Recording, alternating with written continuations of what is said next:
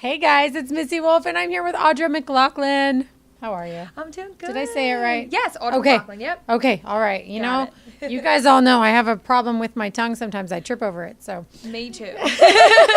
but not when you're on stage singing. You're amazing. Oh, thank you so much. I appreciate that. No, when I'm talking on stage sometimes I'm like, what did I just say? I should have probably not said anything. That's so funny. Do you ever think though, like, I don't know. I see this all the time where I see artists get hard on themselves because they'll sing a song and the audience loves it and it's great. And then they're like, oh, but I didn't do this or I didn't do that. And I'm like, but they didn't know what your plan was musically for that song. Yeah. So do you ever do that to yourself? Yeah, it's funny actually, like, there'll be shows sometimes where, I think like it's the worst show ever, I'm just like, oh, like, I didn't do my best or, I didn't show as much energy or whatever it is, just anything like, cause we're just like we're our worst critics. Oh, absolutely. And then like I'll have people come up after, that was your best show yet or something like, something like that. And I'm like, well, thank God they thought so. Right. Like, thank God. You know what? And I mean, I'm so lower scale compared to you, but it's the same thing for me with interviews. There's some interviews where I walk away and I'm like, oh God, I think that was probably one of my worst interviews. Right. I sounded like an idiot. I can't believe I let it go that way. Yeah. And then other people are like, oh no, it was great. And I'm like, you're like, well, you must not have watched what I know I delivered.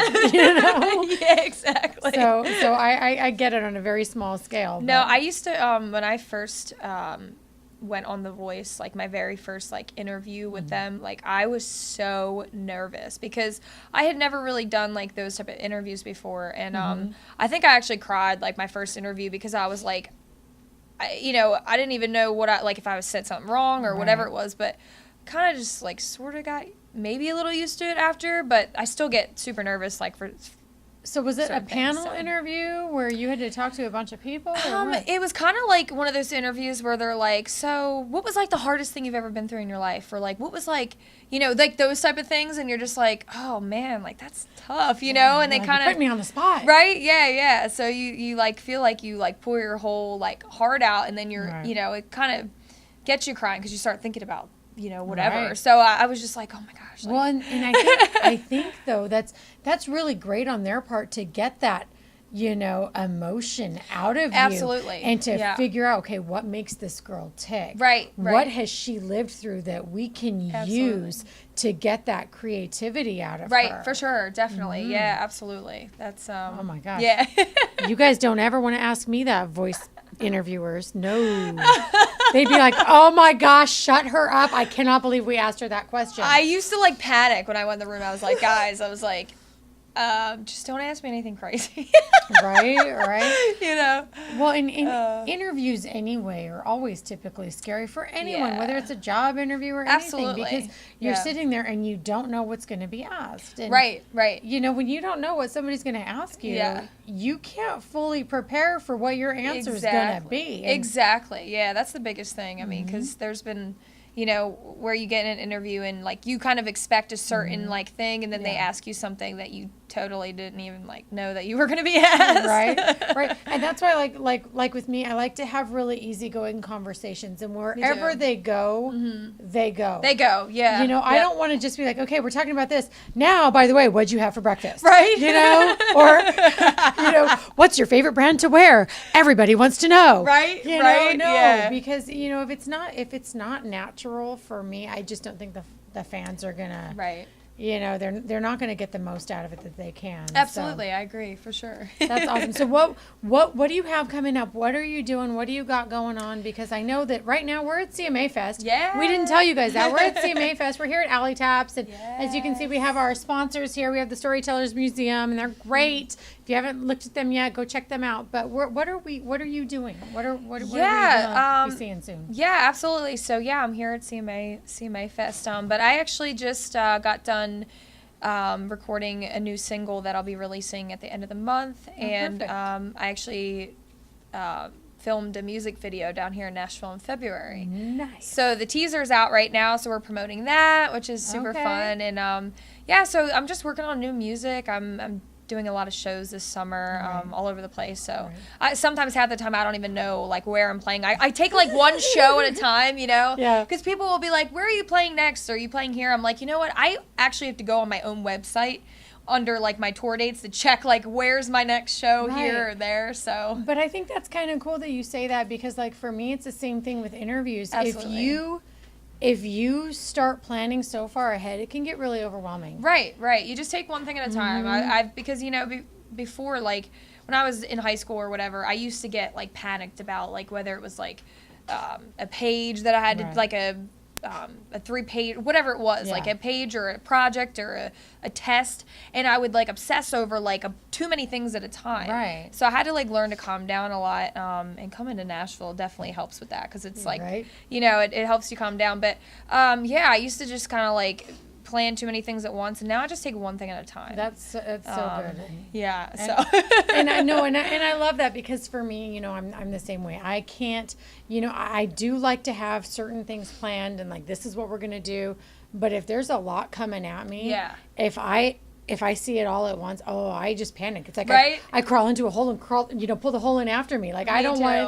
want to face it. But Yep. if I take it in little bits at a time, it's like so much easier for me to do. Yeah, that's exactly how I am. I'm the same way. Yeah, this whole CMA Fest for me, I have my day broken up. You know, it's Yep. like You have a I day don't like planned. yeah, I don't want to think about what's going on later. Nope, right now I'm in this Yep. session, and Yep. this is what I'm doing this session. Exactly. And Then when you I'm done with panic. this session, then I'll think about the next one. Right? Right? Yeah. Yep. Exactly. No, that's perfect. That's It's a good awesome. mentality. It's definitely good to have. You know, keeps you more calm. Right. Now I know other people, they're perfectly fine. They want to have their days, weeks, months planned out. They can have their whole year planned out, and it's perfectly fine for them. Now, I Yeah. can't do it. No, me neither. Yeah, Me no, neither. I'm not that person. But Yeah. but so with all of your social media and everything that you've got going on, have there been any moments from fans that you've experienced that have made you think, wow, I can't believe that just happened, or I can't believe they thought of me that way, or I was able to touch somebody in that way? Have you had any of those moments? Absolutely. I've had a lot of those, which, you know, it's always amazing to me. I mean, because I was bullied when I was younger. I struggled in school.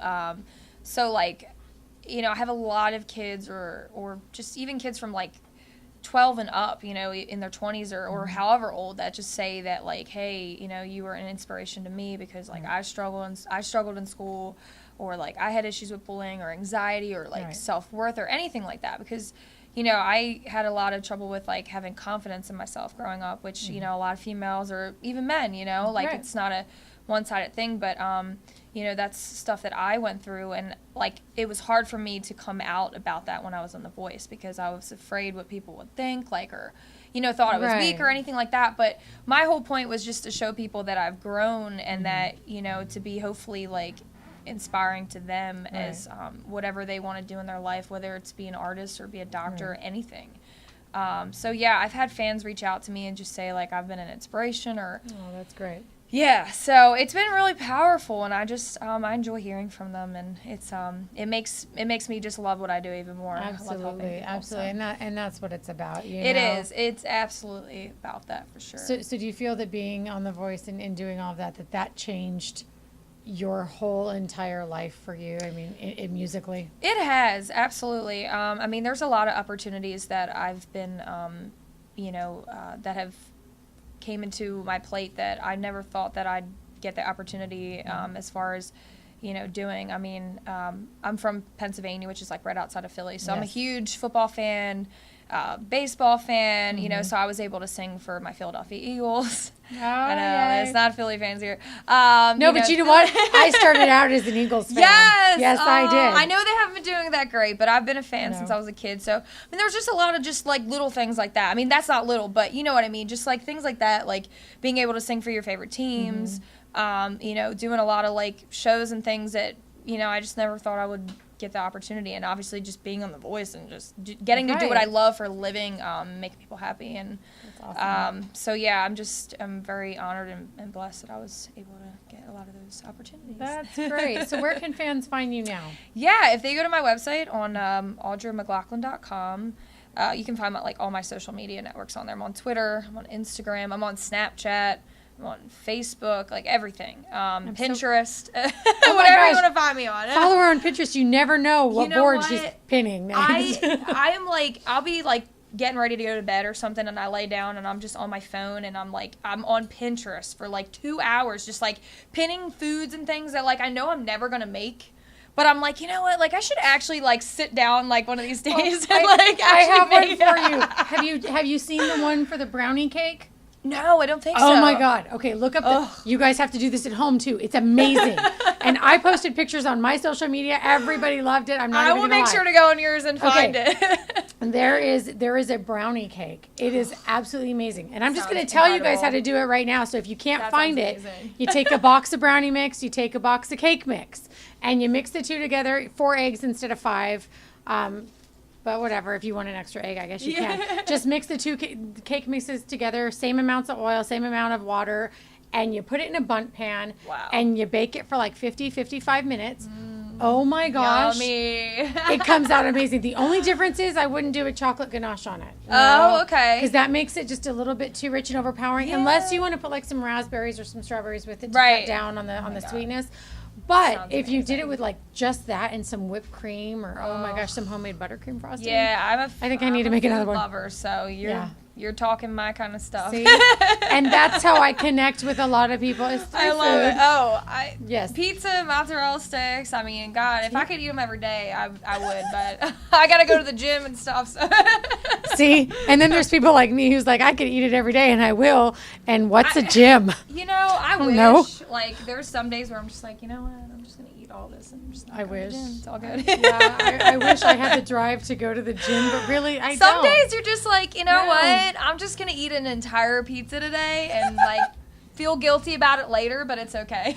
But for right now, it is really good. Yes, exactly. All right, guys. Well, thank you for having fun with us. Thank you for watching Audra. She's amazing. Check her out on social media.